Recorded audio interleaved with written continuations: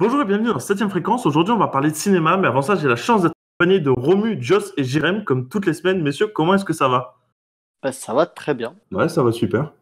Ça va nickel, ouais. On va commencer par une news cinéma. Comme d'habitude, le programme, il a un petit peu changé contrairement à la semaine dernière. On va commencer par la première news. Je crois que Joss, tu y as réagi sur Twitter, je suis pas sûr. C'est une news qui fait un peu peur. Disney souhaite interdire la projection des films Fox à l'avenir. Ah ouais. Au cinéma. Ce qu'on peut compter dans les films Fox, c'est par exemple Alien et j'allais dire Brad Pitt, mais c'est Fight Club que je voulais dire.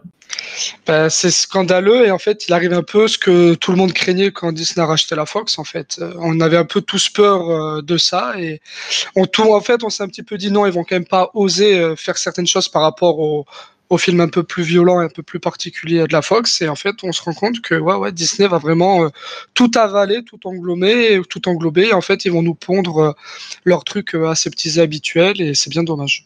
Ouais, mais pourquoi ils font ça en fait? Est-ce qu'on sait ou pas du tout? Parce que concrètement, je veux dire, limite, ça aurait pu leur rapporter de l'argent de. C'est leur image, de marque, je pense. Voilà, Disney, c'est Disney et ça doit rester Disney. Tout est beau, il faut que tout le monde soit représenté, faut pas que ça soit immoral, il faut vraiment de la belle moralité de partout. Et du coup, c'est soigne leur image de marque, je pense.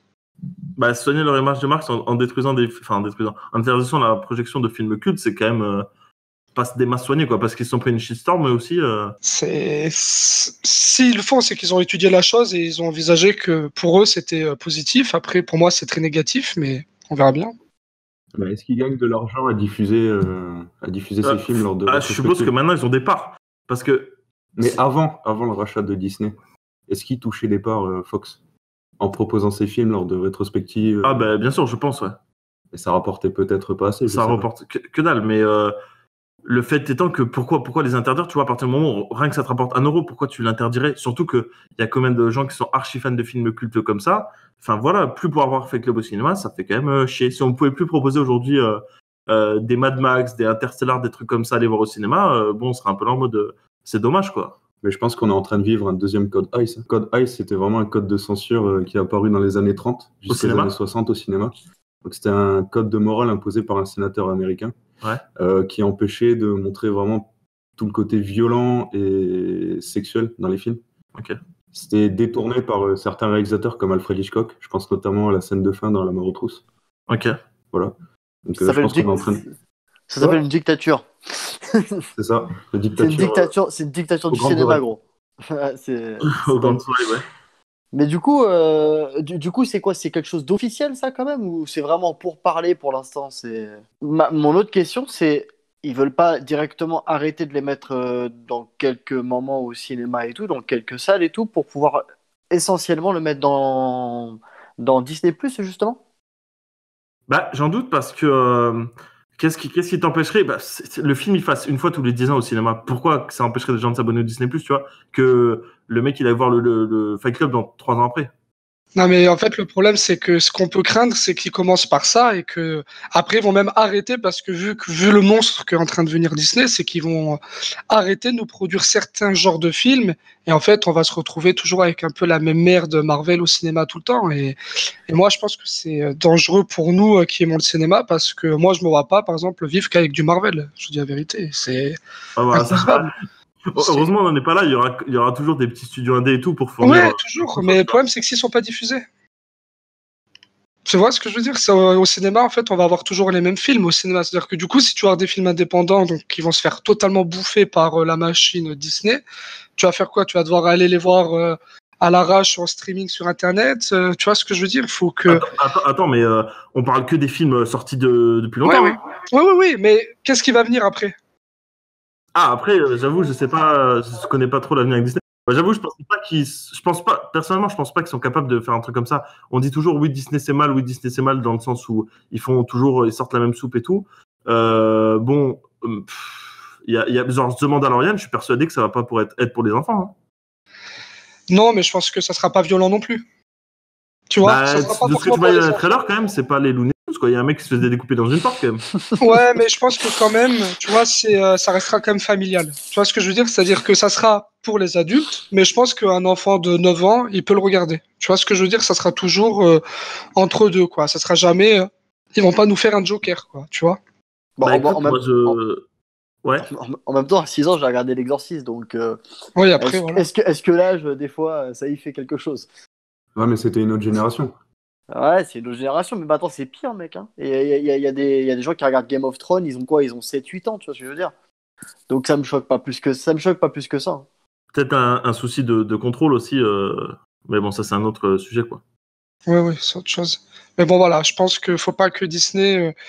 Il faut que certains studios arrivent vraiment à les contrer. Et je pense que en faisant, par exemple, là, je reprends le Joker, mais le Joker, c'est quand même l'exemple type d'un film violent qui a cartonné et qui a multiplié sa mise par 20. Et je pense qu'il faut qu'il y ait plus de studios qui prennent de risques comme ça pour un peu contrer Disney, parce que je pense que sinon, pour nous, cinéphiles et passionnés de cinéma, on va droit dans le mur. Après, honnêtement, je sais même pas si Joker, ça fait réellement mal à Disney. Je crois que c'est même qu'ils se sont dit c'est bien. Au moins, il y a des films. On va peut-être pouvoir changer même d'autres styles de super-héros. Peut-être qu'on a peut-être une porte. Qui prennent cet exemple. Il faudrait qu'il y en ait d'autres gros studios qui prennent l'exemple Joker. Tu vois, c'est ça. Il faut pas qu'il y en ait qu'un par an. S'il y a qu'un film comme ça par an, c'est sûr que ça sert à rien. Il faut qu'il y en ait plus qui prennent le risque. Et il faut qu'avoir peur du moins de 12 ans, du moins de 16 ans pour se dire ouais, on enlève un peu de sang pour que ça fasse plus d'entrées. Il faut arrêter de voir comme ça. Et le problème, c'est en pensant comme ça, que tu arriveras un peu à contrer Disney. Si tu fais toujours tout aseptiser, eh ben, tu vas dans leur sens et eux, ils continueront à avaler tout le monde, ce qu'ils sont en train de faire. Je pense qu'il y a un truc qui pourra nous donner une direction un peu de comment ça va aller. C'est Deadpool, savoir s'ils vont le garder rated R ou pas. Et est-ce qu'ils vont prendre vraiment la même direction que faisait la Fox, justement, ou est-ce que ça sera différent dans le sens où aseptisé pour le coup. Donc là, pour le coup, ça peut être intéressant de voir comment ils vont gérer, sachant qu'ils sont en discussion depuis pas mal de temps avec Ryan Reynolds, je crois. Mais ils avaient dit que pour Deadpool, ils allaient laisser le champ libre. Hein. Ouais, mais on verra. C'est ce qu'ils disent, quoi. Après. Mais ça sera déjà un élément de réponse. On aura déjà un petit élément de réponse. Ouais, voilà. Écoutez, on va voir ce que nous réserve l'avenir de Disney+, enfin de Disney tout court, pardon. On va passer au casting de The Batman. On a eu 3 nouvelles têtes d'affiche, disons, beaucoup en rumeur, notamment Andy Serkis, Colin Farrell et Matthew McConaughey. On a déjà un gros casting avec Robert Pattinson, Paul Dano, Zoe Kravitz et Jeffrey Wright. Pour le coup, pour Andy Serkis, on parle d'Alfred. Pour Colin Farrell, on parle du Pingouin. Et pour Matthew McConaughey, on parle de Double Face. Alors, j'avoue que, à part Matthew McConaughey, les deux autres, je ne les voyais pas du tout dans ce rôle-là. Andy Serkis en Alfred. Ah bah moi, je trouve que ça le fait grave. Je trouve qu'en apparence, ça le fait pas. Mais maintenant, le casting de The Batman, jusqu'à présent, ils ont fait des bons choix. Perso, tu vois, j'aurais pas pensé à lui en premier, quoi. J'aurais pensé à un Sean Harris ou même Jeremy Irons qui l'avait interprété dans le Batman avec Ben Affleck. C'était des bons choix, tu vois, qui avaient plus la gueule de l'emploi qu'Andy Serkis, je crois qu'il est assez petit. Oui, bon après, la taille, je pense qu'on s'en tape un petit peu. Non, moi, je trouve que c'est intéressant, parce que je suis d'accord avec toi, hein, physiquement, ça correspond pas à Alfred. Mais là où je trouve que c'est intéressant, c'est qu'Andy Serkis, il a quand même une gueule un peu particulière, quoi. Il a une gueule. Et moi, je trouve que ça fait encore plus un univers sombre, du coup. Tu vois, quand je veux dire Andy Serkis en Alfred, parce qu'Alfred, c'est un peu le mec, l'autre gentleman, quoi, le mec gentil, le mec propre sur lui. Et là, je trouve qu'ils mettent un peu quelqu'un qui fait sale, entre guillemets, quand je dis sale. Et du coup, je trouve que moi, quand tu me dis cette rumeur, je me dis, ouais, putain, le film, ça va vraiment être ultra sombre. Et du coup, c'est pour ça que ça m'enchante, en fait, ce choix-là. C'est bien être officialisé. Après, je suis d'accord avec toi, hein, je disais pas que je voulais pas le voir dans ce rôle-là. Je disais tout simplement, pour moi, il avait pas la tête pour. Et par exemple, si on parle de Colin Farrell, alors c'est un acteur avec qui j'ai de plus en plus de mal. Je trouve que un peu surcoté, peut-être. Ses rôles, ouais, voilà. Des fois, j'adore certains de ses films. Je pense à Phone Game, par exemple, que je trouve absolument excellent. Et c'est avec Phone Game que j'ai découvert d'ailleurs. Mais là, pour le Pingouin, pareil, c'est risqué peut-être, mais ça peut le faire. Ouais, écoute, moi, ça m'étonne pas plus que ça. Ouais. Enfin, je trouve il peut avoir la bonne gueule pour faire le Pingouin. Alors, c'est vrai que Colin Farrell, je suis un peu comme toi, je le trouve vachement surcoté. Mais bon, concrètement, ouais, je sais pas, il pourrait avoir la gueule du Pingouin. Ça m'étonne pas. Mais il y avait des rumeurs pour un John Hale dans le rôle du Pingouin. Ouais, mais il y a eu des rumeurs et après, ça a annulé, ouais. C'est dommage parce que je trouve qu'il avait le physique un peu trapu, petit, Pingouin. Ouais, comme Danny DeVito. Après, il a perdu beaucoup de poids. Ouais, puis à la base, John Hale, c'était pas pour le Pingouin, c'était pour l'Homme Mystère. Ah ouais? Ouais, c'était pour l'Homme Mystère, il est en concurrence avec Paul Dano, c'est Paul Dano qui a eu le rôle. Mais John Hale, ouais, c'était pour l'Homme Mystère à la base. Voilà, mais du coup, une question que se pose maintenant, c'est, il y a un gros cast, mais caler tout ça dans un premier film, ça paraît pas compliqué un peu? Alors moi, c'est ça qui me fait un petit peu peur. autant de méchants dans un film, ça me fait un peu flipper. Mais bon, pourquoi pas. Ben, ça dépend, on repart sur les origines du Batman ou pas? Non. Non. Ben, voilà. On est déjà sur quelque chose d'intégré quelque part. Oui, bien sûr, mais ça fait quand même beaucoup de méchants dans le même film. Après, apparemment, Double Face, il sera en tant que Harvey Dent et pas encore en tant que Double Face, pour le coup. Ah ouais, je vois. Du Peut-être coup, qu'il y a deux films à faire ce que Christopher exactement. Nolan a fait en un seul. Exactement, ouais, je pense. Moi, c'est un casting qui m'intéresse vraiment parce qu'on donne une sorte de tournure un peu plus indépendante au film, puisque c'est des acteurs qui se sont tournés vers le cinéma indépendant.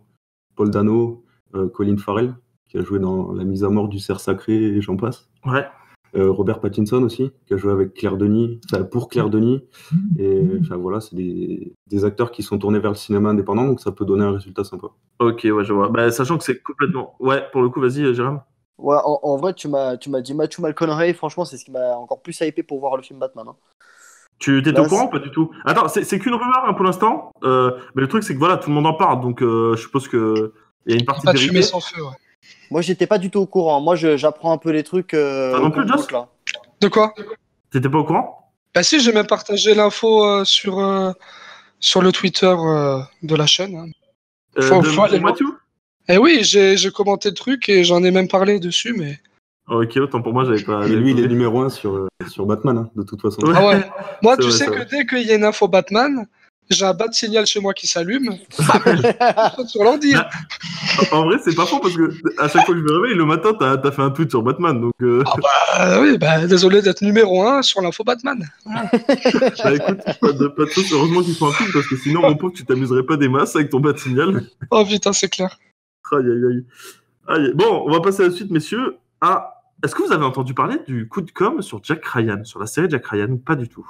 Pas du tout. C'est quoi? Non, c'est quoi? C'est saison 2, là, c'est ça? Un coup de com' de la part d'Amazon. C'est saison 2, tout à fait, qui est sorti le 1er novembre, si je ne dis pas de bêtises.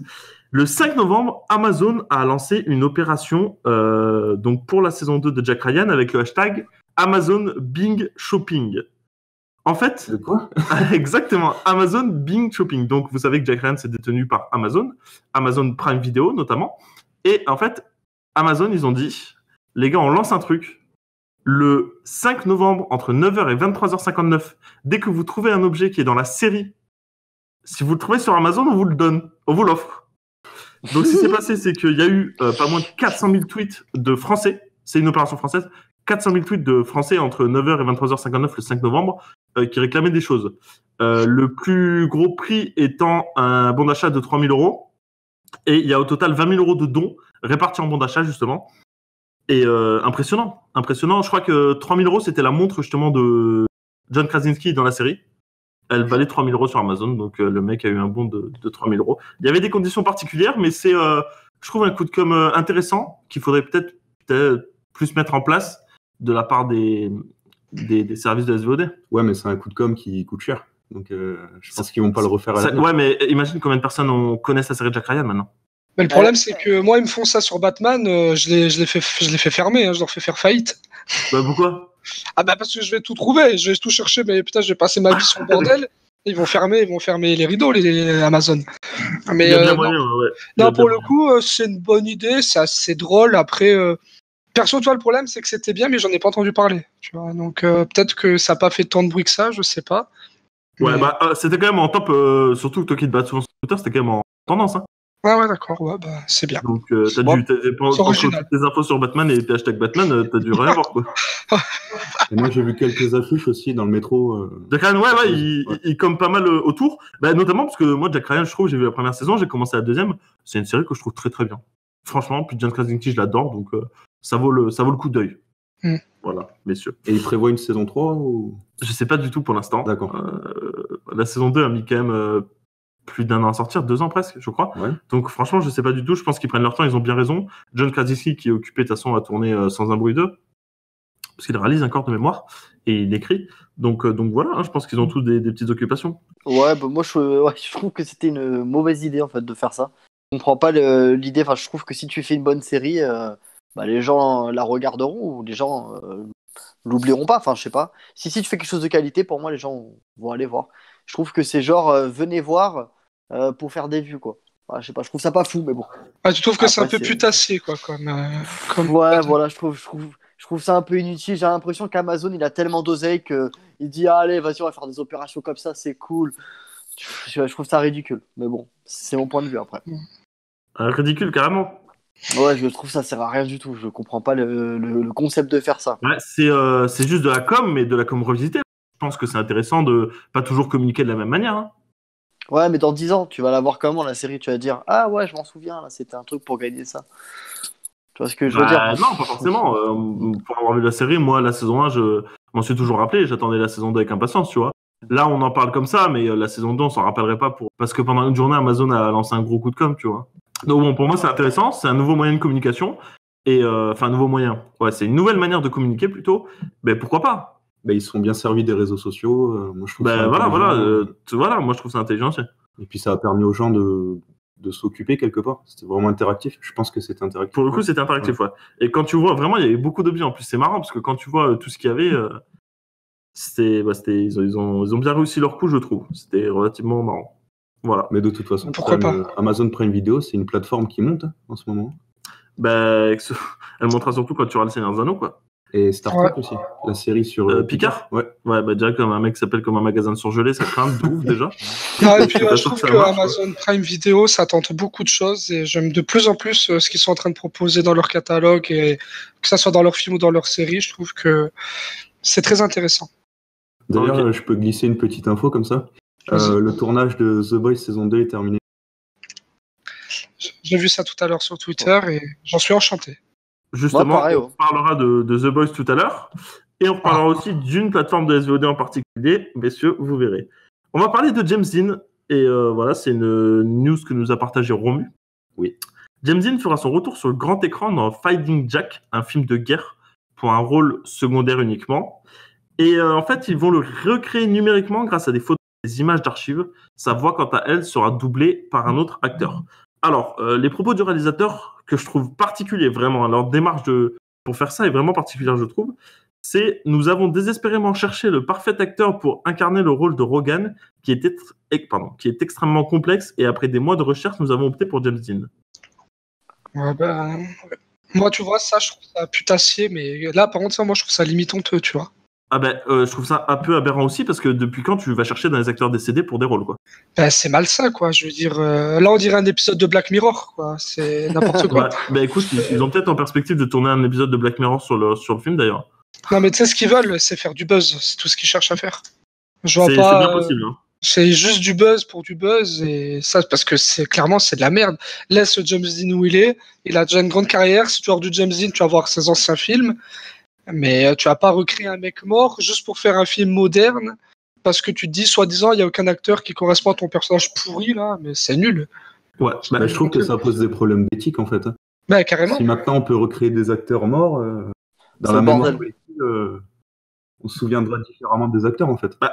Je pense que le plus étonnant, en fait, c'est que ses proches ont donné leur accord, en fait. Ouais, c'est la famille de ils sont sur le projet, ils sont là, ils soutiennent.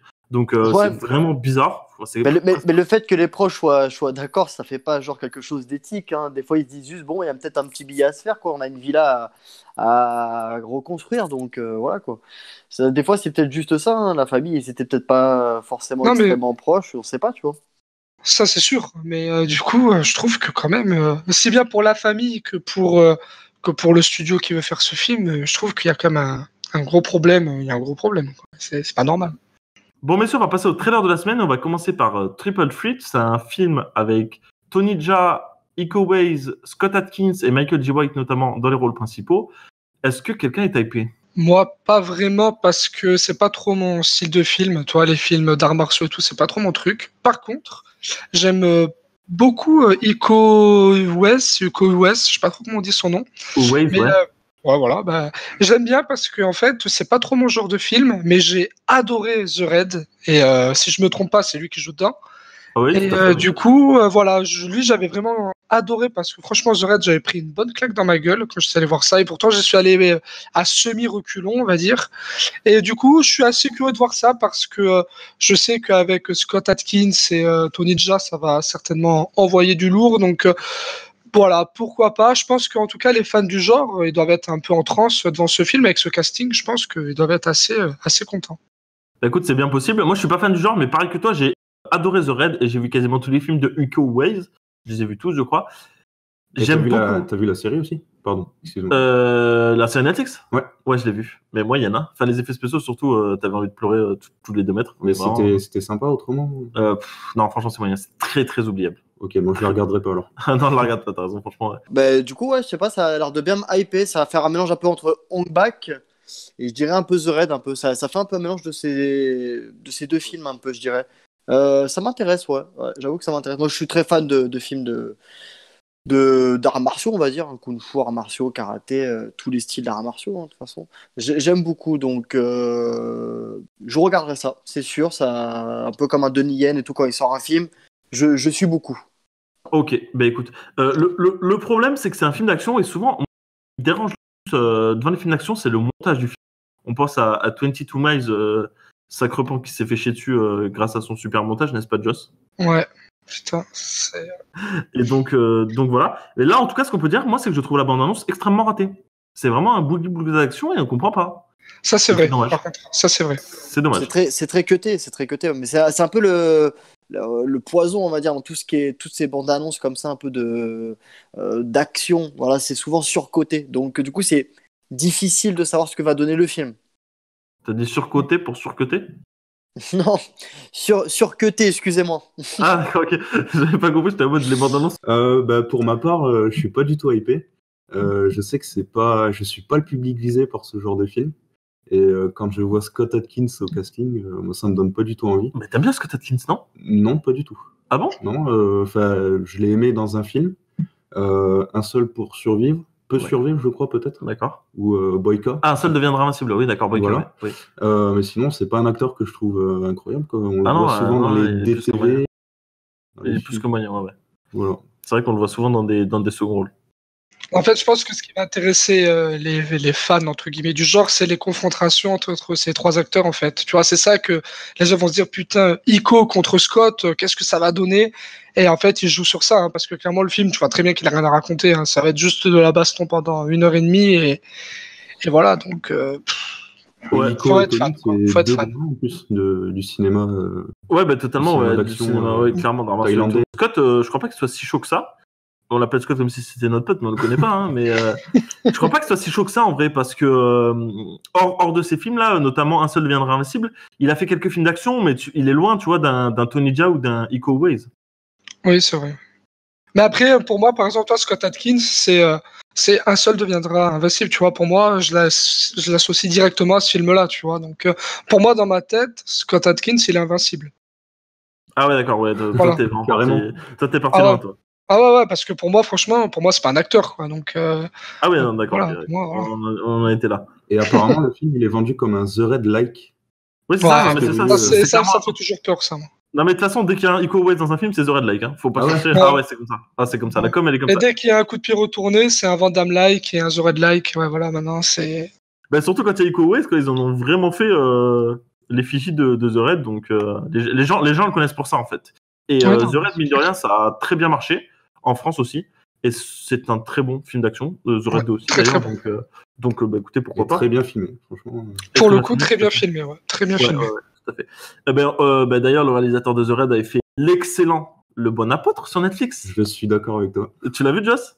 Ouais, tu m'avais dit de le regarder, je l'avais regardé et j'avais pas accroché plus que ça. Mais tu vois, ça c'est toujours pour le même problème pour moi, ça c'est des films, je pense qu'au cinéma, j'aurais beaucoup plus accroché que le regarder sur mon canapé devant ma télé. Moi, c'est ça que les films Netflix, j'ai toujours une approche un peu distante parce que moi, un film, j'ai besoin d'être au cinéma pour vraiment rentrer dedans. Donc voilà. Bah, c'est vrai, j'avoue, il y a presque une ambiance un peu Shyamalan. Et ouais, exactement. Et ça, pour moi, il faut que je sois au cinéma, sinon tu me perds. Ah, ok, bah écoute, je vois le genre. Ouais, c'est vrai qu'on n'a pas la même portée émotionnelle quand on regarde un film sur son petit écran que sur le grand écran, tu vois. Oui, c'est pas pareil. Ah, mais clairement. Bon, après, j'espère que les gens regardent pas des films sur leur téléphone. On va passer à l'abondance de The Grudge. Alors là, j'attendais rien du tout. Et pour le coup, je suis un petit peu hypé, parce qu'en fait, j'ai vu du Hérédité. Un petit peu d'Hérédité. Quand t'as vu la fille grimper sur le mur, c'est Hérédité. Hein. Mais moi, j'ai pensé. J'ai pas vu la fille grimper sur le mur. Bah ouais, à un moment donné, t'as un plan où en fond, t'as une femme qui fait l'araignée sur un mur. Et là, c'est clairement Hérédité. Ouais, il a raison. Hein. Ouais, mais non, moi, c'est plus, tu vois, dans l'ambiance, dans vraiment la musique aussi. La musique, enfin, vraiment l'ambiance musicale, ouais. Moi, tu vois, c'est quoi? C'est ce que j'ai noté en premier pour la bande-annonce de The Grudge. J'ai mis en gras sur ma feuille la musique et le violon. Et moi, ça, c'est quelque chose qui me prend tout de suite aux tripes. Moi, dans les films, toutes les BO à base de violon, ça fonctionne, mais plus sur moi. Et la bande-annonce, bon, ça a l'air toujours d'être un petit peu la même chose. Hein. On commence un peu à comprendre. Il y a beaucoup de jumpscares, tout ça. Après, c'est assez bien rythmé. La bande-annonce, elle est assez bien foutue avant bien le film. Mais il y a cette musique qui, franchement, moi, j'adore. Ça, je kiffe. Ouais, je suis d'accord avec toi. L'acteur principal, John Cho, je crois qu'il s'appelle. Ouais, c'est ça. John Cho, excellent. Moi, j'adore vraiment comme acteur, qui a joué notamment l'année dernière The Church. Exactement, l'excellent The Church. The Church. Est-ce que quelqu'un l'a vu? Non, mais il est dans ma liste. Churching, ouais, tout à fait. Ouais. Je Porté disparu. Churching, je crois que tu m'as prêté le Blu-ray, je me semble. Faut que je le mate. Ouais, probablement que tu me l'as pris, ouais. Ouais, faut que je le mate, celui-là. Ouais, il est excellent. Moi, je trouve très très fort. Donc, ouais, regarde-le, il est vraiment bien. Et John Cho est très bon. Petite bad news sur l'acteur, justement.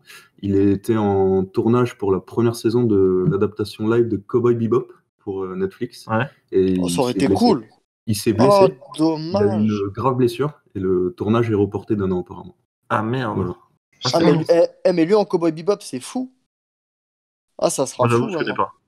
Tu connais pas? C'est une série de manga culte. Non, ça oui, ça je sais, mais je connais pas plus que ça, quoi. D'accord, ok, pas de problème. Et ça a été repoussé à cause de sa blessure. C'est dommage. Ouais. Bah, écoutez, on espère qu'il s'en remettra. Servante de Shyamalan à venir sur l'Apple TV+, Joss. Eh ben moi, en fait, je vais dire un truc sur Shyamalan, c'est que toutes ces bandes annonces de tous ces films, elles donnent super envie, mais à chaque fois. Et ce mec, enfin, je sais pas si c'est lui vraiment qui gère les bandes annonces, mais son équipe, ses studios, ils ont un don pour faire les bandes annonces. C'est-à-dire que même si après ces films, il y en a certains où c'était très mauvais, mais les bandes annonces, ça te vend le truc, mais trop bien. Et là, pour le coup, j'ai trouvé que la bande annonce, moi, m'a donné super envie. J'ai trouvé ça très intriguant, comme d'habitude avec lui. J'ai trouvé des plans qui fonctionnaient d'enfer. Et franchement, ça m'a trop donné envie, quoi. J'ai vraiment hâte de regarder. Et Romu, toi, je sais que t'aimes bien Shyamalan. Ouais, moi j'aime beaucoup le cinéma de Shyamalan. J'ai découvert le projet très récemment, enfin grâce à toi, du coup, avec la bande annonce. Je sais pas si on pourra la voir, nous, la série. Est-ce que l'Apple TV+ sera disponible pour tout le monde? Ben moi je l'ai, donc oui. D'accord, bon, ce sera disponible. J'en parlerai à la fin, justement, j'ai une... Ok, bah je vais pas développer plus dans cette direction, mais ouais, ça me donne très envie. J'ai trouvé des plans vraiment intéressants, des plans très Shyamalaniens. C'est clair. Ouais. Voilà, moi en tout cas ça me donne grave envie, et puis il y a Rupert Grint quand même, ça fait longtemps qu'on l'a pas vu. Voilà. J'espère qu'il aura un bon rôle parce que récemment on l'a vu dans Snatch, l'adaptation en série de Snatch, et c'était pas très bon, franchement c'était pas très bon. Ok, t'as regardé? Le premier épisode c'était vraiment pas très bon. Aïe, ok. Ouais. Juste si je peux me permettre de rajouter un truc qu'on n'a pas précisé, et peut-être que tu faisais la confusion, Joss, c'est une série. Ah non, mais je sais que c'est une série, j'avais compris. Ok, d'accord. Non, mais je disais, c'est que ces projets sont toujours très bien vendus en bande-annonce, quoi, que ce soit voilà, ces films ou ces séries, mais c'est toujours bien vendu. Ben moi, de mon côté, je suis assez d'accord avec Joe. C'est vrai que les bandes-annonces de Shyamalan, ça donne envie à chaque fois. Hein. Mais après, c'est normal, il y a toujours le côté un peu. On veut découvrir ce qui se passe et tout. Il y a un mystère à chaque fois dans ses films. Hein, c'est son truc à lui. Après, moi, je dirais que j'ai un problème avec cette personne-là. Voilà, c'est qu'il y a des films que j'adule, que j'aime tellement, style Sing, Sixième Sens, Incassable. Et là, j'ai vu récemment. Split et Glass, voilà. Donc j'aime beaucoup ce qu'il fait. D'ailleurs, j'aurais préféré qu'il fasse une série sur Incassable. Je trouve qu'il y a un univers étendu qu'il aurait pu mettre en place. Voilà, bon, après ça c'est qu'un détail, hein. C'est ce que je pense qu'il aurait pu faire. Mais effectivement, ça donne envie. Il y a ce côté un peu mystérieux et tout. Alors est-ce que ça va me plaire? Je sais pas, je regarderai, mais ça donne envie en tout cas. Passons aux sorties et au visionnage de la semaine. Ça va être assez rapide, je pense. Sur le petit écran, notamment Netflix, le 8 novembre, vendredi 8 novembre, on a un film qui s'appelle Flocon d'amour. C'est un teenage movie romantique de Noël. Mais au casting, on a Kiernan Shipka, qu'on a vu aussi sur Netflix dans Les Nouvelles Aventures de Sabrina. On a Isabella Merced. C'est Isabella Moner, mais elle a changé de nom. Et pourquoi? Je sais pas du tout. Je pense que... Elle s'est mariée. Elle s'appelait... alors je suis pas sûr que ce soit ça, vu qu'elle est à peine majeure. Mais je pense surtout que c'est un nom de scène. Il y en a qui les aiment jeunes. Oui, certes. Non, mais c'est un nom de scène. Je pense qu'elle s'est fait connaître petite et qu'elle n'a pas eu le temps de choisir de nom. Donc peut-être que maintenant elle en a choisi un, vu qu'elle est passée. De toute façon, il n'y a personne qui va regarder ça, franchement. Qui c'est qui va regarder ça? Bah moi. Bah moi aussi. Putain, mais les gars. Bah reste chez moi, toi. Franchement, Franchement, ok, Jérém bannis pas, tout va bien. Film de Noël, les gars. Enfin, je sais pas, vous avez une âme ou vous avez pas d'âme, vous? Genre, Noël, Non, mais je sais pas, les films M6 de Noël, là, moi, pour moi, c'est regardable. Mais oui, on parle pas d'un film M6, on parle d'un c'est film pour la Delphine. ménagère, c'est pareil, c'est pour la ménagère de 50 ans qui va boire son petit thé et tricoter un pull. Franchement, c'est moins quoi de 50 ans, parce qu'il y a quand même des acteurs qui ont tourné dans des teen movies. Je pense notamment à Kiernan Ouais, Shipka, donc, mais enfin, voilà, ça sera sans moi. Il y a aussi Jacob Batalon de Spider-Man. Ah ouais, putain. Alors s'il est là, lui, c'est sûr que je regarde, quoi. Non, c'est nul. Non, mais après, si vous avez un petit côté féminin, moi je le respecte et je suis très content pour vous, vous l'assumiez comme ça, c'est très bien. Mais moi, non, c'est pas. En tout cas, je suis vraiment pas la cible de ça et des films de Noël, j'en suis pas du tout la cible et j'adore Noël, hein. Mais j'ai d'autres classiques à regarder plutôt que regarder ces films pour adolescents et pour les ménagères. C'est pas pour moi. Moi, je suis assez d'accord avec lui, hein. J'avoue que j'aime bien Noël, mais les films de Noël comme ça, c'est pas mon délire aussi. Ok, bah écoutez, on va passer histoire de pas non plus se faire brûler vivant. Ouais. On va passer à la sortie de Le Mans 66, film de James Mangold, réalisateur de Logan. Christian Bale, Matt Damon et John Bernthal en rôle secondaire. John Bernthal, évidemment, parce qu'il est toujours en rôle secondaire, le pauvre. Joss, je sais que t'adores Christian Bale. Moi, je vous dis tout de suite, il y a l'avant-première mardi soir. Ça fait 3 mois que j'ai ma place réservée et j'ai vraiment hâte de voir ce film. Parce que James Mangold, j'aime beaucoup. Christian Bale, j'adore. L'histoire de base, elle me plaît pas tant que ça parce que je suis pas trop fan de mécanique, tu vois, les 24 heures du Mans, tout ça, je m'en tape un petit peu. Mais depuis le film Rush, j'ai vu que je pouvais accrocher sur du film, tu vois, de course automobile. Et du coup, là, je suis vraiment hypé et j'ai vraiment hâte de voir celui-là. Excellent Rush d'ailleurs, qui est très... Je pense que ouais, ça fait un moment même qu'il y a l'annonce, hein, d'ailleurs. Hein, je sais plus, ça fait combien de mois, mais ça commence à faire un petit moment. J'ai très très hâte de le voir, hein, ce film. Hein. Ça a l'air d'être un film très ambitieux, j'ai l'impression, avec beaucoup de moyens. Donc ça me donne énormément envie. Moi, c'est pas un film que j'attends particulièrement, parce qu'il y a quand même pas mal de sorties là, de prévues jusqu'à la fin d'année. Mais si j'ai le temps, je le regarderai, je pense, parce qu'il y a un casting assez lourd. Un bon réalisateur derrière, c'est celui qui a fait Logan, oui, si je me trompe pas. Entre autres. Ouais, entre autres, parce que je pense qu'il a fait autre chose, mais... oui, il a fait 3h10 pour Yuma, Identity, qui était sympa, et oui, Logan, qu'il a vraiment... Et plus récemment, il a fait quoi? Logan. C'est Logan, je crois, son dernier, non je pense que c'est Logan. Hein. Moi, je l'attends pas particulièrement, parce que les films sur les sports automobiles, c'est pas... T'as vu Rush ou pas? J'ai pas vu Rush, mais ça me donne pas envie parce que vraiment, le sujet me... Mais le sujet à part, franchement, le film est excellent. Ouais, honnêtement, pareil. C'est Renaud. Ouais, tout le monde m'en a dit bien ensuite, celui-là. Ouais, il est excellent, Rush, il y a aucun doute à ce niveau-là. Ok, je le noterai. Franchement, Romu, je suis pas aussi sur les trucs automobiles, hein, les films automobiles et tout, c'est pas mon délire du tout. Mais là, je dis franchement, pourquoi pas, ça m'a donné envie. Il y a quand même un gros casting, quand même. Hein. Matt Damon, Christian Bale, quand même, c'est pas n'importe quoi. Hein. Donc, je pense que tu peux miser dessus les yeux fermés, je pense. Mais après, ouais, si c'est bien fait, si le sujet est bien traité, ouais, ça peut... Ça a l'air d'être le cas sur les bandes annonces. Après, bien sûr, on n'a pas vu le film. On peut pas juger. Mais en tout cas, ils vendent du rêve un peu. Et puis les premiers retours, ils sont très bons. C'est un prétendant aux Oscars, me semble-t-il. Ouais, carrément, ouais. Les retours sont très très bons. Et il va avoir trop de movies, en fait, hein, pour les Oscars. Ça va être compliqué, hein, tout ça. C'est intéressant, du coup. Tant qu'ils nous mettent pas les Marvel, on est bon. Ouais, mais Joaquin Phoenix, il a déjà son Oscar. Je suis pas si sûr, moi. Je sais pas. Je sais pas, ça peut très bien être Brad Pitt, tu sais pas, en fait. Non, je pense pas. Non, Brad Pitt, non, j'y crois pas, mais... Je pense qu'il aura pour le second rôle, je pense, pour Once Upon a Time in Hollywood. Mais on sait jamais, avec les Oscars, tu vois, des fois, on sait pas sur quel pied danser. Ouais, bon, je propose qu'on voit ça à l'édition 7ème fréquence des Oscars, n'est-ce pas? J'en dis que du bien. J'avoue qu'il y a eu une bande-annonce qui est sortie ou pas? Ce que j'ai sûrement pas vu. Ok, je n'ai pas vu alors. Hein. La bande-annonce, je crois que j'ai vu juste l'affiche, il me semble. Oui, je dis pas de bêtises, je crois que j'ai vu que l'affiche. Écoute, moi, ça me hype. Jean Dujardin, je peux pas dire plus, voilà. Roman Polanski, forcément, voilà. Mais bon, Jean Dujardin, c'est mon acteur français préféré, donc il est clair que je vais le regarder. Par contre, à défaut, j'ai pas vu le Dain, tu vois. Donc ça, faut que je me le regarde bientôt, là. Ça a l'air d'être assez... Ouais, mais je sais pas s'il y a de bons retours sur le Dain, mais moi, ça m'attire en tout cas. Il y a des bons retours. Ok, bon, écoute, ça, c'est sûr que c'est un film ça, que je vais regarder. Écoute, c'est sûr que J'accuse, j'irai le regarder parce que ça a l'air d'être assez bon. Il sort. Ben, moi, j'en ai déjà parlé dans une précédente émission, parce qu'on avait parlé du film. On en avait parlé dans la toute première émission. On n'était que 2 d'ailleurs. Hein. On était que tous les deux en tête à tête, donc je vais répéter vite fait ce que j'avais dit. À la base, ça m'intéresse pas plus que ça, mais il y a quand même un bon casting. Il y a Roman Polanski derrière. J'avais trouvé que la bande-annonce, ça donnait assez envie. Il y avait de beaux décors, une belle lumière, ça rendait assez bien visuellement, et du coup, voilà, pourquoi pas. Moi, pour ma part, ça me donne pas envie. Voilà, le cinéma de Roman Polanski, je connais pas des masses. Voilà, et ouais, même le sujet, ça m'intéresse pas. Je le calerais peut-être. J'accuse, tu sais ce que c'est? C'est un film historique, non? J'accuse? Ouais. Non. Tu connais pas le J'accuse de Émile Zola? Non, même pas. T'as jamais entendu parler? Non. Ok, bah écoute, renseigne-toi sur le sujet. Et j'ai vu aucune bande-annonce en plus. J'ai vu aucune bande-annonce du film. L'affiche est vraiment très belle, esthétiquement parlant, mais j'ai vu aucune Mais le bande-annonce. film sera beau, hein. Esthétiquement, je pense qu'il y a une vraie esthétique. Le film, ça sera très joli.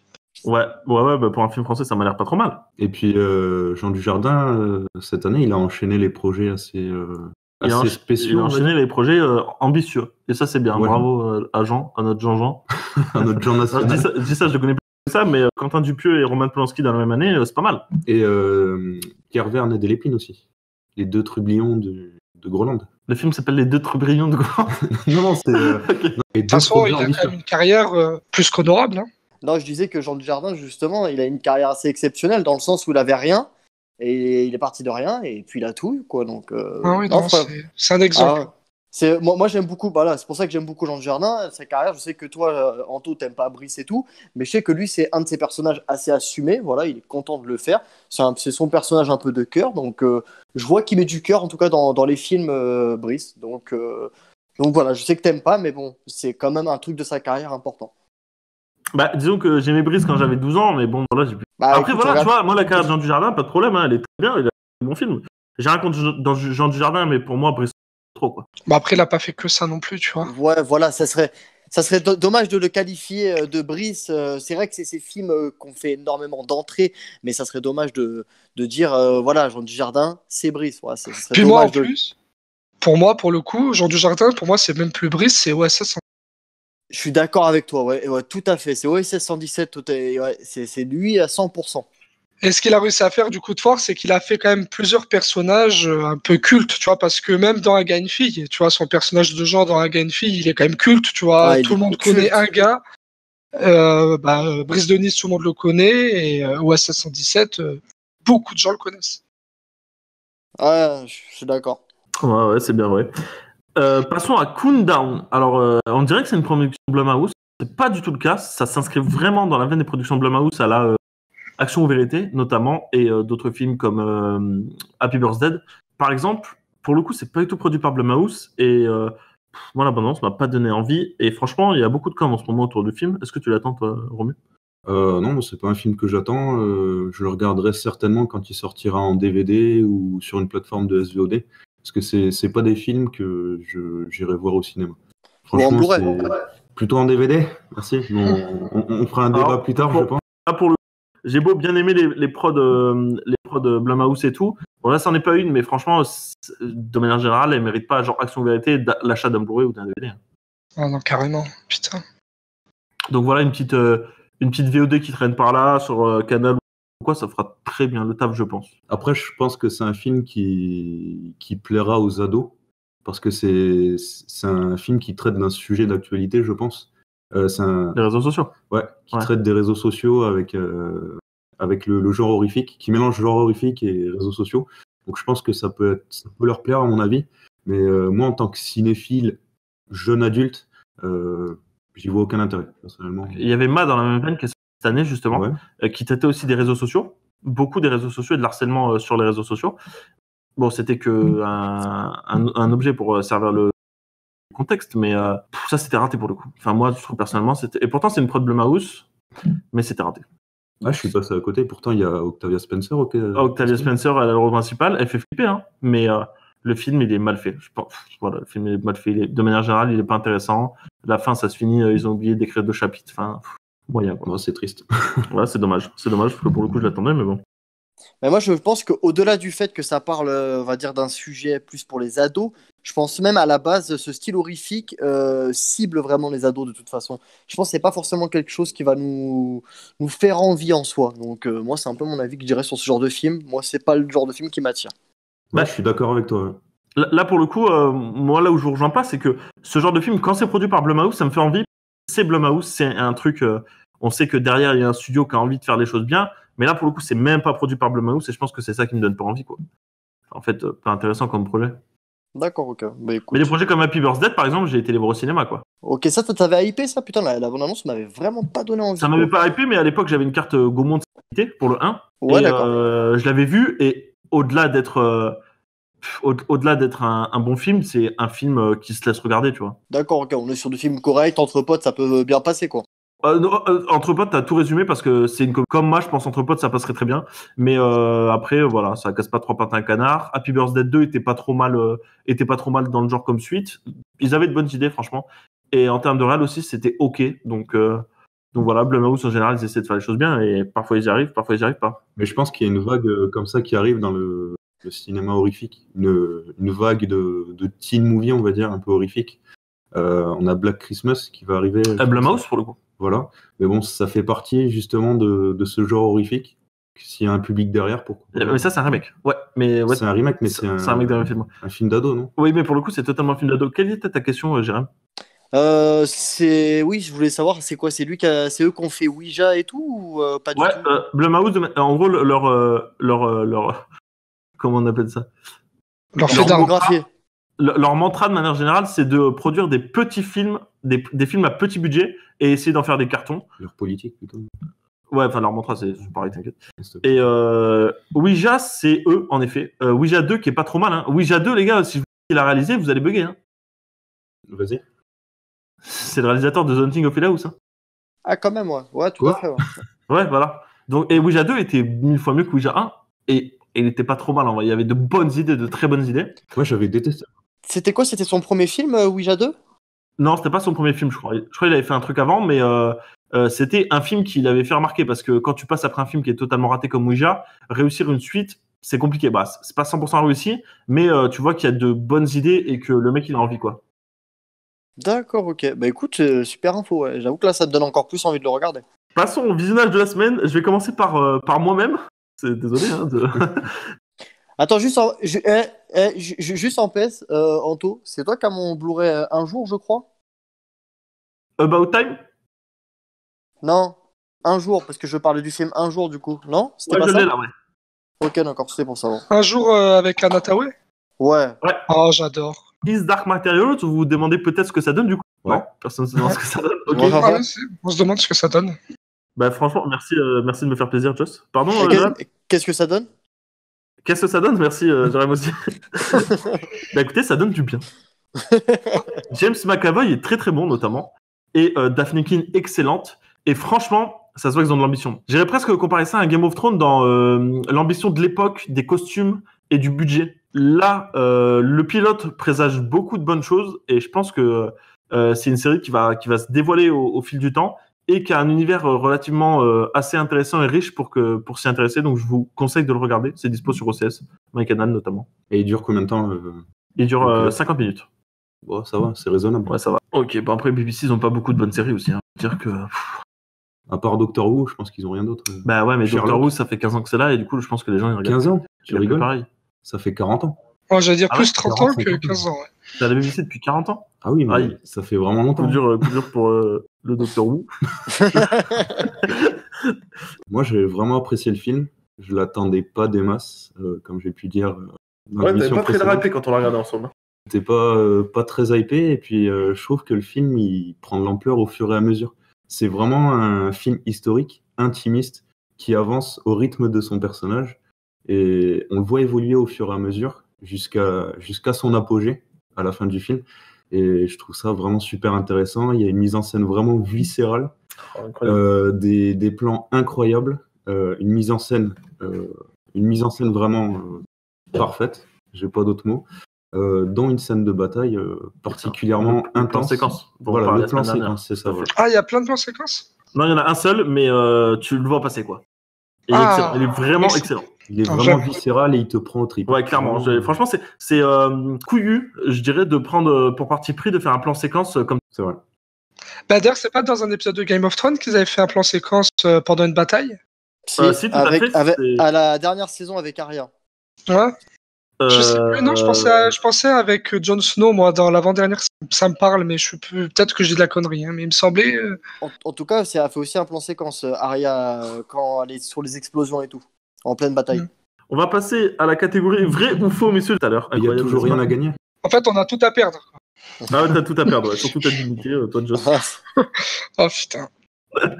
Alors, messieurs. Je remets mon titre en jeu alors. Ok, remets ton titre en jeu, très bien. Dans l'ordre logique, hein, comme d'habitude, Joss, Romu et Jérém. Première affirmation. Meilleur pour la fin. on dira ça. Première affirmation. Au lieu de faire appel à des effets spéciaux, Tim Burton a fait dresser 40 écureuils à casser des noisettes pour Charlie et la chocolaterie. Vrai. Pardon, excusez-moi. Vrai. C'est vrai, messieurs. Félicitations à tout le monde. Samuel L. Jackson a joué dans le film Des serpents dans l'avion seulement parce qu'il porte ce nom-là. Faux. Seulement parce que le film s'appelle Des serpents dans l'avion. Ah, vrai. Moi, je dirais vrai parce qu'il est capable vraiment d'avoir ce genre de réaction. Ouais. Vrai, c'est un malade mental. C'est sûr que c'est vrai. Ok. Ryan Gosling aurait été choisi dans le rôle principal de Blue Valentine car le réalisateur cherchait quelqu'un de pas très beau. C'est vrai. Alors attends. Ouais. Mais calme-toi, Jérém, tu crois bien, quoi. Pardon, excusez-moi. Bah, j'allais dire, je suis fan de ce film, fan absolu de ce film. Et en fait, j'ai un doute parce qu'il me semblait avoir vu ça, mais je suis pas sûr que ce soit pour Blue Valentine. Donc, en fait, j'allais dire faux, mais vu que Jay a hurlé c'est vrai, bah, je vais dire c'est vrai. Moi, je vais dire que c'est faux parce qu'on a eu 2 anecdotes vraies au début, donc je pense que.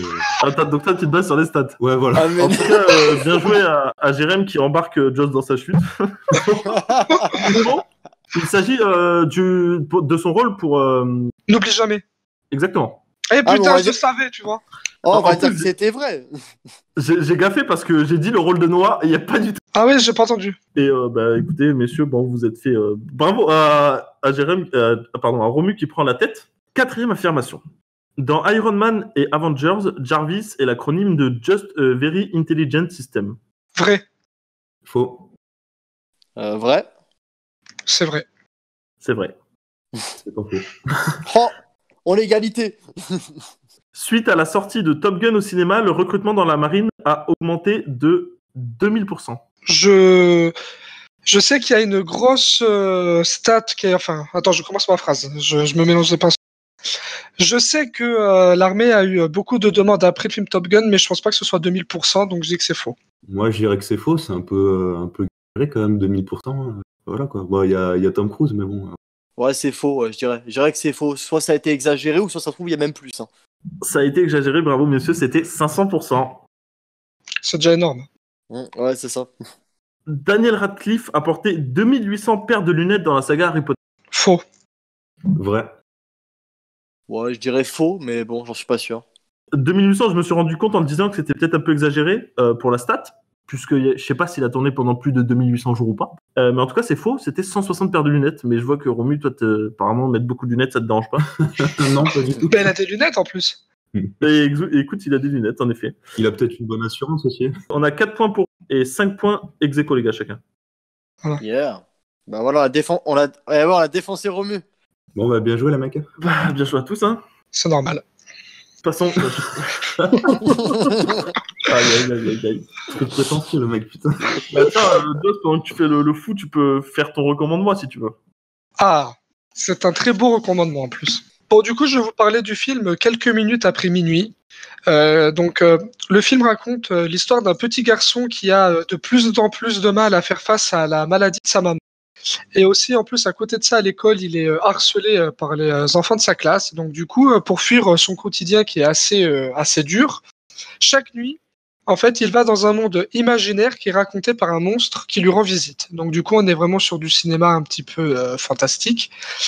Et voilà ce qu'on est de l'histoire. Au niveau du film, il est réalisé par Juan Antonio Bayona, qui est un réalisateur que j'aime énormément, mais énormément, parce que c'est un réalisateur qui est un vrai conteur d'histoire. Il a un talent dingue dans sa mise en scène. Pour vous dire un petit peu, il a fait The Impossible, Jurassic Park, Fallen Kingdom et L'Orphelinat, qui est juste un bijou de poésie et de film d'horreur, entre guillemets. Donc du coup, pour revenir à quelques minutes après minuit, on est vraiment sur un film fantastique, un conte féerique en quelque sorte. Le film, en fait, a une force, c'est qu'il a un côté animation, parce que les histoires que le monstre va raconter aux petits garçons sont faites en animation, un petit peu particulière. Moi, je suis pas un expert en animation, mais c'est un petit peu du pastel. Ça joue aussi avec des gouttes d'encre qui tombent en fait comme si sur une toile, et ça fait une histoire. Enfin, c'est magnifique. Au niveau du casting, on a donc Lewis McDougall qui joue le petit garçon. Personne, je le connaissais pas, mais il est juste bouleversant dans le film. Après, on a Sigourney Weaver qui est beaucoup plus connue, Felicity Jones, Toby Kebbell qu'on voit dans la bande-annonce de The Grudge qu'on a parlé un petit peu plus tôt, et Liam Neeson qui joue le monstre. Et au niveau de ce film, j'ai une petite anecdote, c'est que c'est un des films qui m'a le plus fait pleurer. Je trouvais que c'était bouleversant. Et en fait, quand je suis allé voir ce film, on n'était que deux dans la salle, il y avait moi, et 3-4 sièges plus loin, une dame qui devait avoir 40 ans, qui était seule. Et à la fin du film, quand le générique arrive, on s'est regardé, on était tous les deux, mais en larmes, et on a souri. Et en fait, c'est ça la force de ce film et la force du cinéma, c'est que ça nous a fait pleurer tous les deux, on se connaît pas, on est deux étrangers, et on s'est regardé, et en fait, on est en train de chialer nos races. Et voilà, c'est vraiment un film qui est un petit peu dur, parce qu'il parle quand même de quelque chose de délicat, il parle de la maladie, donc du cancer, et comment un petit garçon de 10 ans va faire face au cancer de sa maman. Mais c'est juste magnifique, et c'est vraiment pour moi un chef-d'œuvre absolu. Bah, c'est beau. C'est beau. Voilà ce qu'on peut en dire, c'est beau, tout comme le film. Ouais, j'ai lâché une larme là, vraiment. Ah ouais, tu l'as bien vendu là, ça m'a énormément donné envie de le regarder. Ouais, c'est très ça beau. m'a donné envie de le revoir. Okay. Moi aussi. Bon bah, très bien. Bah, moi je l'ai pas vu. Et je suis d'accord avec toi, il y a une vraie poésie autour de l'enfance et de la manière de percevoir la maladie pour l'enfant, justement. Ben, c'est un peu des thèmes un peu qui sont chers à Bayona d'ailleurs, parce que dans l'Orphelinat, ça parle aussi d'enfance. Dans Jurassic Park, il y a quand même aussi un gros passage sur l'enfance. Jurassic World, pardon. Ah ouais, c'est vrai. Jurassic World, Fallen Kingdom, pardon, c'est vrai. Mais du coup, voilà, c'est quand même un sujet, l'enfance, qui est un petit peu toujours au cœur de Bayona. Et de toute façon, dans une émission future, je parlerai plus en détail de Bayona. Et par contre, petite parenthèse, dans ton avis, tu as dit que Toby Kebbell, on a pu le voir dans la bande-annonce de The Grudge, mais c'est pas plutôt dans la bande-annonce de Servante? Non, The Grudge. Ah bon? Ah, il me semble, non? Toby c'est Kebbell, moi qui ai... je me trompe peut-être. Mais... Toby Kebbell, c'est pas le. Mais si, Toby Kebbell, c'est le barbu. Ah merde, attends, c'est moi quand j'ai noté, je me suis trompé alors. Mais c'est dans Servante, Toby Kebbell. Ouais, pardon. Mais c'est le mec qui chope le bébé là, dans le lit. Ah oui, c'est lui qui chope le bébé dans le lit, ouais, c'est ça, oui, pardon. C'est très amical, c'est très affectueux, je trouve. Bah ouais. Bah écoute, Jérém, on passe à peut-être ton recommandement. Ouais, vas-y, ça marche. Mais moi, je voulais parler. Moi, j'ai pas. Attends, juste si tu peux me permettre. Ouais, pour te poser le contexte. Du coup, tu m'as prêté le Blu-ray, là, il est là-bas. Dans l'instant T, là, j'ai pas envie de le voir, j'ai envie de voir Pleasantville d'abord. Est-ce que tu vas te donner envie de le voir ou pas? Je vais te donner envie de le voir, j'espère. Mais Pleasantville, il est aussi très bien, donc les deux, tu peux les regarder. Personne n'a vu un jour. Enfin, non, Romu, tu m'as dit que tu l'avais pas vu, c'est ça? Non, je l'ai pas vu. Moi, je l'ai vu, ouais. Ok, moi j'ai deux personnes à essayer de convaincre. Donc le film Un jour, du coup, c'est avec Anne Hathaway, donc vous avez dû voir dans Interstellar, hein, le grand Interstellar, évidemment. J'ai pas d'autres titres en tête, mais j'en ai vu d'autres avec elle. Elle en a fait plein. Elle en a fait Batman. plein. Ouais, Batman, mais non, mais je l'ai vu dans plein d'autres films. J'ai dû l'avoir dans 5. Colossal, ouais. J'ai dû l'avoir dans 5-6 films. Et Le Diable s'habille en Prada. Ouais, bah classique, hein, celui-là. Ouais, bah t'inquiète, on sait qui c'est Anne Hathaway. Hein. Voilà, bon, ça marche. Jusqu'à là, on ça connaît marche. La petite Anne. Je vous dis vite fait le synopsis, mais après je vous dis un peu ce que moi concrètement j'en pense pour vous donner envie. Donc, Emma et Dexter passent la nuit ensemble après leur soirée de fin d'études et décident de rester amis. Lui est insouciant et frivole et elle est bourrée de complexes. Pendant 20 ans, Dexter et Emma vont s'adorer, se séparer, se détester, se manquer. Finiront-ils par comprendre qu'ils ne sont jamais aussi heureux que lorsqu'ils sont ensemble? Donc, la force de ce film, pour reprendre les termes de Joss, c'est que c'est un film puissant, donc ça va vraiment traiter de l'amour, mais différemment. Voilà, c'est que par l'hasard des choses, ils vont finir à chaque fois par se retrouver. Donc déjà, ça c'est une force de ce film-là. Mais c'est, comment dire, les attitudes des personnages qui vont changer avec le temps. Leur couple, en fait, va faire que changer, en fait, avec le temps. Donc, ils vont avoir des moments où ils sont très soudés, très passionnels. Ils vont se déchirer. Et à chaque fois, il va avoir un groupement, on va dire, entre eux, voilà. Il y a un amour qui va se construire. Voilà, parce que moi, j'ai toujours pensé que l'amour, c'était pas forcément... la folie, genre on était ultra amoureux, c'est souvent au début, on va dire, et après je trouve que l'amour se construit au fur et à mesure. C'est totalement, je trouve, ce que évoque ce film-là, voilà, c'est la construction de l'amour et qui devient clair comme de l'eau de roche, en fait, finalement. Donc, je vous le dis pas la fin, parce que la fin est vraiment belle et déchirante, on va dire, en soi. Donc, je conseille ce film, voilà, pour toute cette force, avec un jeu d'acteur vraiment qui est assez fort. Donc, je vous conseille ce film-là, j'espère que je vous ai donné quand même envie, parce que c'est un film à petit budget, un film qu'on parle peu, mais c'est une petite pépite. Bah écoute, très bien, moi tu m'as donné envie, c'est qui l'homme? L'homme, attends, je te dis, j'ai le nom de l'acteur, mais je crois il me semble qu'il a pas fait beaucoup de choses, je l'ai déjà vu et j'arrive pas à dire dans quel film. C'est Jim Sturgess, je vais regarder tout de suite. Ah oui, d'accord, ouais, je vois que c'est. Attends, je l'ai vu dans un film, je crois, il y a pas si longtemps que ça. Ok, bah écoute, c'est pas un acteur qui m'a plus marqué que ça, mais dans ce film, il joue très bien en tout cas. Il a joué dans Geostorm. Ouais, mais Geostorm. Mais il a joué dans Cloud Atlas, on voit beaucoup. Ah, bah c'est pour ça, ok, mais j'ai pas du tout aimé ce film-là. Ah ouais, mais vraiment pas. Après, du coup, si je peux rajouter un petit truc sur le film, un jour, enfin, c'est pas rajouter, c'est pour aller dans le sens de Jay, parce que moi aussi, j'ai adoré ce film. En fait, si vous voulez, c'est un peu vendu comme un film d'amour, parce que c'est un film d'amour, hein, c'est un peu vendu comme ça, et quand tu racontes un peu l'histoire, tu te dis, oui, c'est un film d'amour un petit peu basique, comme on en a vu plein, mais pour moi, je le mets un peu dans une catégorie à part, parce qu'il raconte l'amour d'une manière un petit peu différente des autres films un petit peu gnangnan à l'eau de roche qu'on connaît. Moi, je mettrais un petit peu comme Blue Valentine. Tu vois, Blue Valentine, pour moi, je surkiffe. Mais il traite l'amour d'une manière un petit peu différente, quoi. C'est pas comme N'oublie jamais, c'est pas comme tout ça. Toi, N'oublie jamais, j'adore ce film, mais c'est vraiment le film d'amour classique. Il s'aime, il casse et il s'aime à nouveau. Là, c'est un peu différent. Et le film. Je suis assez d'accord avec toi. Je suis assez d'accord avec toi. Ça raconte l'amour vrai, en fait, finalement. Voilà, c'est beaucoup plus réaliste. Voilà, c'est un peu comme Blue Valentine. C'est beaucoup plus réaliste et beaucoup moins conte de fées, quoi. Et du coup, c'est pour ça que j'aime beaucoup ce film. Un jour, je trouve que c'est très beau. Et puis, Anne Hathaway, elle est vraiment ultra pétillante dedans. Et voilà. Ouais, ça utilise l'amour brut de décoffrage, en fait. Hein. Finalement, c'est quand il y a une rupture, voilà, c'est vraiment brut de décoffrage. C'est vraiment bien foutu. Et il est disponible sur Netflix ou... Je sais pas, je l'ai en Blu-ray, moi, donc je sais pas. Je crois pas l'avoir vu sur Netflix. Hein. Mais il me semble pas non plus. Ça me dira. Après, c'est pas un truc que je pense qu'il nous proposerait. Je pense qu'il faut le chercher, mais il me semble pas.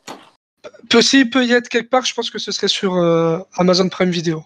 Peut-être. Je pense que c'est les seuls qui proposaient ça. Je suis un peu plus d'accord avec toi. Hein. Ok, bah je regarderai dès ce soir. Ok, bah écoute, merci Jérém. Romu, Hildur Guanadotir. Okay, ça se prononce presque comme ça, je suppose. Qu'est-ce que tu veux nous dire dessus? Mais on passe déjà sur les chroniques? Bah, t'as pas de recommandement? Ouais, justement, je pensais que ça... J'en ai pas. Ok, d'accord. Ouais, enfin, moi j'en ai un, mais c'est ma chronique, donc t'as regardé comment ça se prononçait? J'ai écouté surtout, parce que j'ai écouté le début d'une interview et elle prononce son prénom et son nom. Donc, c'est juste Hildur Guanadotir. Ouais, ok, c'est vraiment pas compliqué. Donc tu prononces pas de...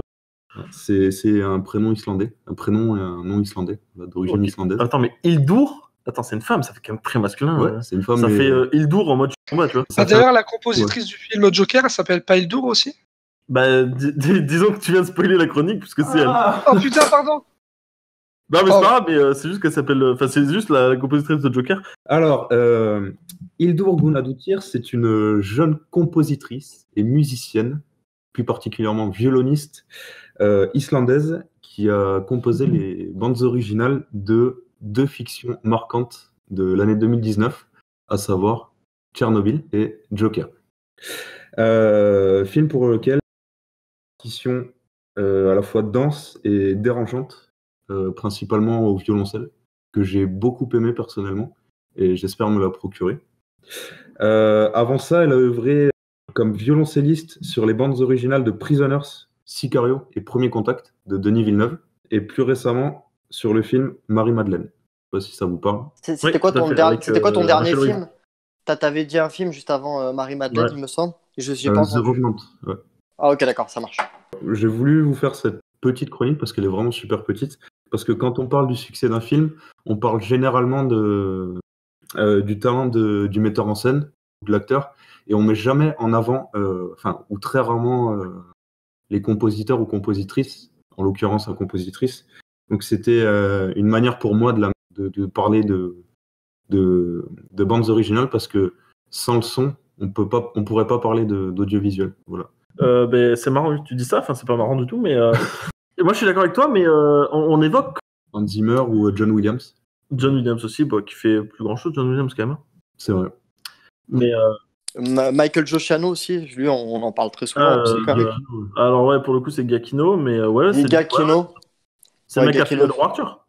Et celui-là qui a fait aussi les musiques de Lost. Donc, mais il a fait d'autres musiques d'ailleurs. Non, mais après, t'as les compositeurs comme Alan Silvestri, James Horner qui nous a quittés, et sont toujours. Leurs musiques, elles ont toujours une importance folle dans le film. Et d'ailleurs, c'est. Pour moi, la musique d'un film, comme tu as dit, c'est tellement important. D'ailleurs, dès que je fais une critique vidéo d'un film, je parle toujours de la musique en principe, surtout quand c'est marquant.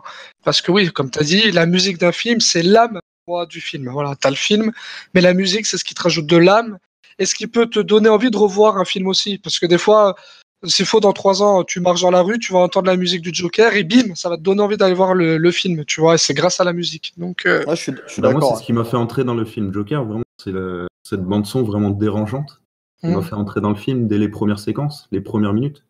Je trouvais ça vraiment glauque. On entre dans un univers assez dur, assez froid. Pour moi, la musique, elle agit vraiment sur l'inconscient du spectateur. Je sais que moi, si j'entends par exemple la musique de Retour vers le futur, je vais penser instantanément au film. Tu vois. Ça agit vraiment. Par exemple. Quand elle est vraiment forte, comme tu dis, vraiment, tu te souviens d'une émotion que tu as eue en salle ou devant ton petit écran. On a cité plein de compositeurs masculins, mais est-ce que vous pouvez me citer des compositrices? Oui, moi je connais Hildur. Oui, non, honnêtement, ce que tu dis, c'est très vrai. Et à part Hildur, du coup, je serais incapable de t'en citer une. C'est vrai. Exactement pareil aussi. Donc, faut mettre en avant ces femmes de l'ombre, on va dire. Et t'en connais, toi, ou pas? Non. Ouais, non. Ouais, parce que déjà parce que les 3/4 c'est quand même des chefs d'orchestre et des chefs d'orchestre femmes, il doit pas y en avoir des masses pour le coup. Non, c'est vrai. C'est peut-être juste dur de se faire connaître tout simplement. Ouais, mais je pense que ça fait partie masculin. Voilà, je pense que c'est un milieu très masculin et que c'est très compliqué pour les femmes. Ça prend du temps en fait. Même être réalisatrice, c'est de plus en plus quand même. Mais quand même, on est d'accord, il y a quand même plus de mecs. Et c'est de plus en plus dur, mais on en voit de plus en plus. C'est quand même ça qui est à souligner. Oui, c'est comme ça dans la vie de tous les jours aussi. Hein. Je suis d'accord avec toi, mais ça se développe. Ça se développe au fur et à mesure. Alors, regarde, il y a plus de femmes qui sont à la police, des choses comme ça. Bon, là, après, on va dans un débat. Les femmes peuvent voter aussi. Enfin, tu vois, je veux dire. Non, mais il y a vraiment, genre, c'est la réalité que malheureusement notre société, on n'a pas toujours été égaux et ça se ressent maintenant, quoi. Et là, maintenant, on passe sur BFM. Très bien, passons à ma chronique, messieurs, sur l'Apple TV+. Vous en avez entendu parler ou pas du tout? Pas totalement. Du tout. Si, là, c'était un peu comme Disney+ et tout, non? C'est ça? Oui, c'est un service de SVOD, ouais, tout à fait. Ok, d'accord. Donc, moi, j'en ai entendu parler aussi, mais je vais pas spoiler ta chronique. Ok, écoutez. Je suis au courant de pas mal de séries. Ce que je veux dire, c'est que c'est pas que j'en ai pas du tout entendu parler, c'est que je sais ce que c'est, mais j'en sais pas plus en détail, je sais pas ce qu'ils vont vraiment proposer exactement, voilà, je sais pas. Ok, mais écoutez, je vais vous donner les détails. À la lancée du service, à votre avis, combien il y avait de contenu? Je parle pas de contenus originaux ou de contenus normaux, je parle de contenu au global. Il me semble énormément, non? Il y avait pas un truc comme ça où c'était genre énorme? D'accord, t'aurais pas un chiffre? Franchement, je veux dire des bêtises, je sais pas du tout, mais il me semble que vous disiez qu'il allait avoir beaucoup de choses.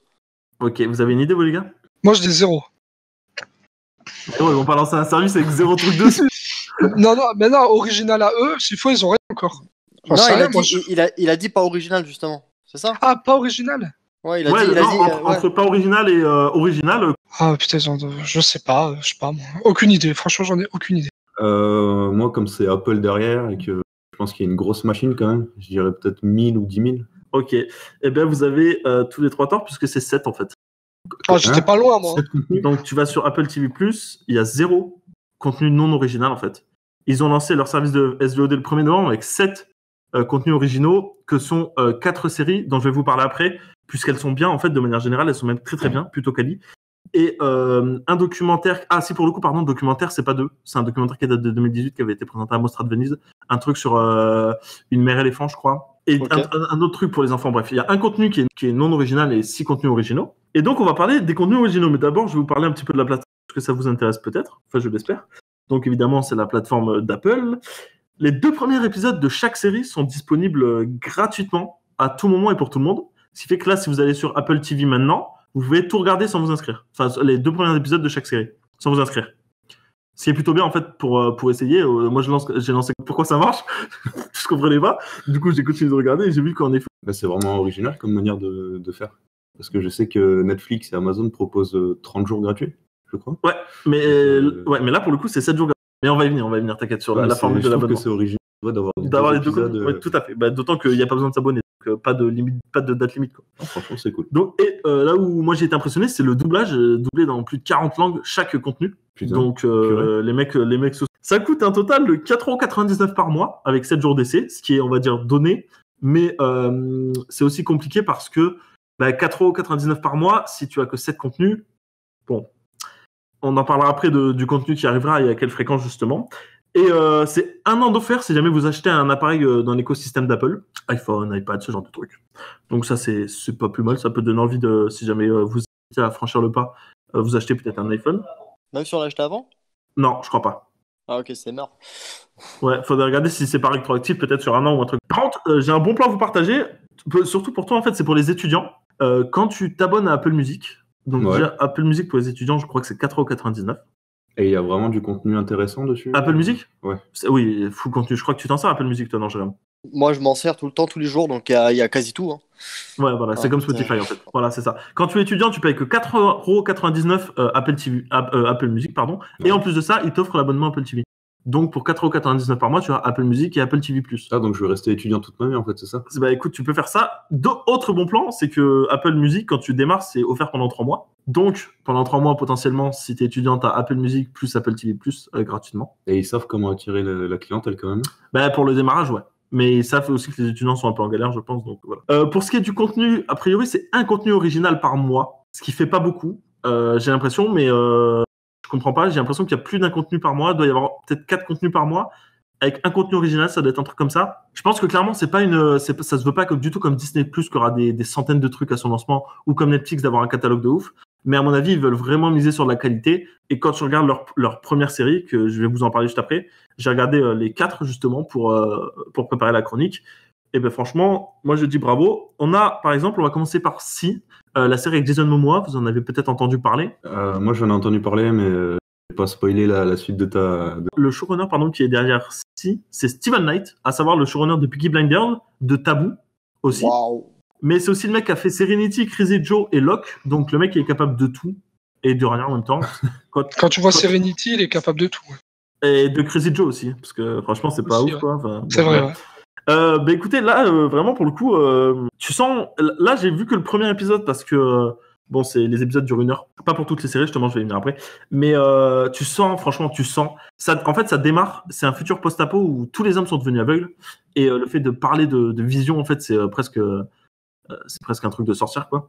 Enfin, c'est littéralement un truc de sorcière, en fait. Tu sens que ça démarre vraiment dans le vif du sujet. Ça démarre d'un coup. C'est la bagarre directement. Enfin, tu sens qu'il y a un univers derrière, que le truc il est en place depuis un petit moment, et le fait qu'il t'explique pas grand chose, ça donne franchement du cachet à la série, un peu comme le faisait Sans un bruit par exemple.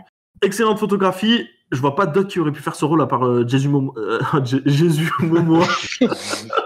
Je vois pas d'autres qui auraient pu faire ce rôle à part Jason Momoa, parce que franchement, chef de tribu comme ça, aveugle, badass, qui déglingue tout le monde à coups de machette, ça lui va très très bien. La série est relativement violente, bien que j'ai l'impression qu'il cache des trucs, qu'il cache un peu de gore, donc voir comment ça va évoluer, mais malheureusement, je pense que c'est pas à la hauteur de ce qu'on attendait, parce que le trailer, on promettait beaucoup de choses. C'était l'un des trailers qui avait fait buzzer l'Apple TV+. À l'époque d'une Apple Keynote, je crois que c'était sorti quand ils avaient présenté la plateforme. Donc voilà, malheureusement, c'est pas à la hauteur. On a aussi For All Mankind, créé par le créateur de Battlestar Galactica. Il s'agit d'une dystopie. Vous êtes jamais demandé ce qui se serait passé si l'URSS était allé sur la Lune avant les Américains ? Non, je m'en parle. Personnellement, non. Écoutez, moi non plus, je suppose que personne ne s'est demandé, mais en tout cas, c'est ce qu'ils ont voulu étudier. Et dans le rôle principal, on a Joel Kinnaman, qu'on a dans Suicide Squad il n'y a pas très longtemps. On a aussi Chantel Van Ten, The Boys et les frères Scott. Oui, enfin, les frères Scott, vraiment, je parlais vraiment de récemment, là, du coup. Oui, non, mais d'accord. En effet, ouais, tout à fait. On a vu dans The Boys et les frères Scott. C'est qui dans les frères Scott? C'est la sœur de... Oui, c'est bon, je vois de qui tu parles. Je vois exactement de qui tu parles, c'est bon. C'est plus rapide. Ouais, je vois de qui tu parles. Bon, la série, là, est bien. Pareil, les épisodes durent 1 heure, c'est pas mal en vrai. Ça, franchement, ça se regarde très très bien. Ensuite, on passe à The Morning Show. C'est pas compliqué. L'une des séries les plus chères de tous les temps, sortie à ce jour-là, avec 150 millions. Alors, je vais vous en parler après parce que ça, je comprends pas ce qui s'est passé au niveau du budget. C'est une série avec Steve Carell, Reese Witherspoon, pardon, c'est compliqué à dire, Jennifer Aniston. C'est une série qui s'inscrit dans le mouvement MeToo. Et en fait, si vous voulez, c'est l'histoire de Jennifer Aniston et Steve Carell qui présentent un morning 15 ans ensemble. Et au réveil de Jennifer Aniston, il s'annonce que Steve Carell a été viré par la boîte qui gère le morning show et annoncé d'attouchement et de violence, d'abus sexuels sur plusieurs femmes de la boîte. Donc bon, Jennifer Aniston a découvert ça, elle est en mode j'étais pas au courant alors que ça fait 15 ans qu'on travaille ensemble, c'est un petit peu compliqué cette histoire. Et Reese Witherspoon joue une journaliste en fait, tout simplement. Alors là, je comprends pas ce qui s'est passé avec le budget. Steve Carell n'a pas le rôle principal, c'est plutôt Jennifer Aniston et Reese Witherspoon qui l'ont. Steve Carell est payé 600 000 € par épisode. Et il y a combien d'épisodes? Il y en a 20. Ok, ça fait un beau budget. Pas mal, ouais. Et Jennifer Aniston et Reese Witherspoon sont payés chacune 1,2 million pour l'entièreté de la série. Je trouve pas ça incohérent dans le sens où Jennifer Aniston, elle est parvenue à la télé depuis Friends, il me semble. Oui, mais c'est quand même le rôle principal. Ouais, mais c'est un nom qui fait vendre. Regarde quand elle est arrivée sur Instagram très récemment. C'est ce que je te dis, c'est un nom qui fait vendre. Oui, pardon, désolé. Pourquoi la c'est pour les 20 épisodes. C'est pas pour un épisode. Ah, c'est ce que je dis. En fait, c'est une série qui s'inscrit dans le mouvement. Mais derrière, il y a une injustice au niveau du budget. C'est ça que je comprends pas. 600 000 €, donc 600 000 €, tu fais, ça fait 12 millions. Ça fait 12 millions, voilà. Et elles sont payées, voilà. Il est payé 10 fois plus que elle, alors qu'il n'a pas le rôle principal. Est-ce que ça fait pas scandale? Non. Il n'y a pas un scandale autour du salaire là? Non.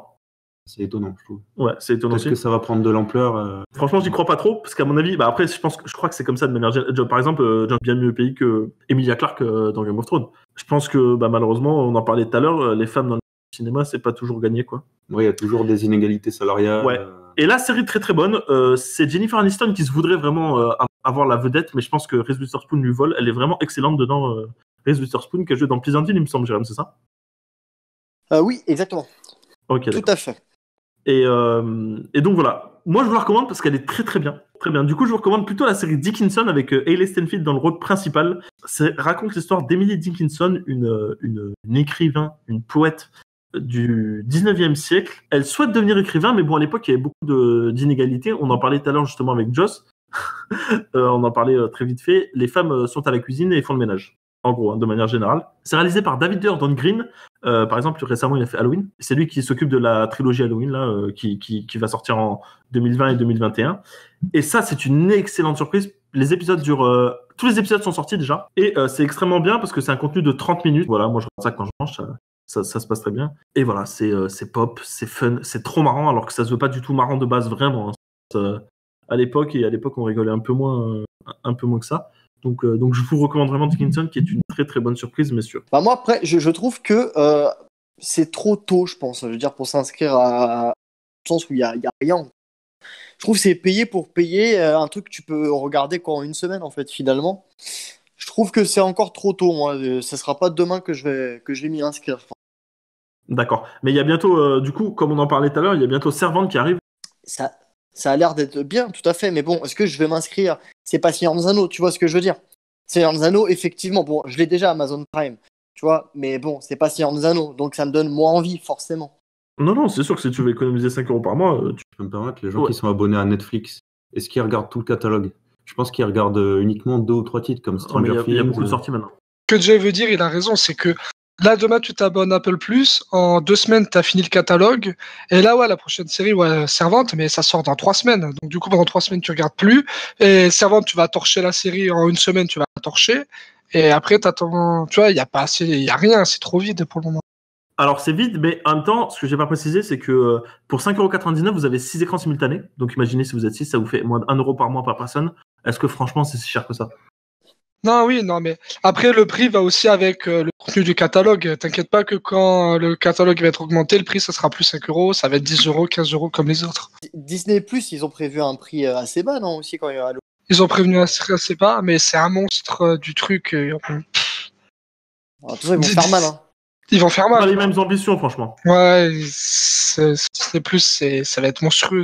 C'est immonde. Ouais, je te dis pas que c'est nul Apple, hein, ça a l'air d'être bien Apple Plus, hein, clairement. Mais je pense que vendre Apple Plus avec si peu de contenu, c'est dur à vendre. Et moi, ça me donne pas envie d'acheter pour le moment, en tout cas.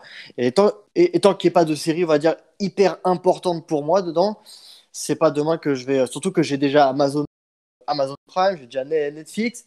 Quand Disney Plus ça va sortir, je vais le prendre direct. Si on arrive si on considère que les contenus originaux, Disney Plus arrive avec moins de choses que Apple TV Plus, puisqu'ils arrivent avec Mandalorian seulement.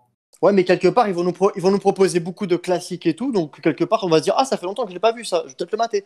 Tu vois ce que je veux dire ? Il y a ce côté-là où tu te dis, ok, j'ai maté tous les trucs, mais du coup, j'aimerais bien me remater ça, Tandis qu'à Apple TV, on va tout mater et il y aura pas d'autres trucs à côté. Tu vois ce que je veux dire ? C'est le petit truc dommage. Bah écoute, je suis pas d'accord avec vous pour le coup, mais tu vois, tu peux t'abonner un mois et tout torcher et on n'en parle plus, et te réabonner aussi. C'est possible aussi. C'est aussi possible, ouais. Tout à fait. Merci beaucoup. Allez, au plaisir. Avec grand plaisir. À bientôt. À bientôt, les amis. À la prochaine. Ciao. Prenez soin de vous.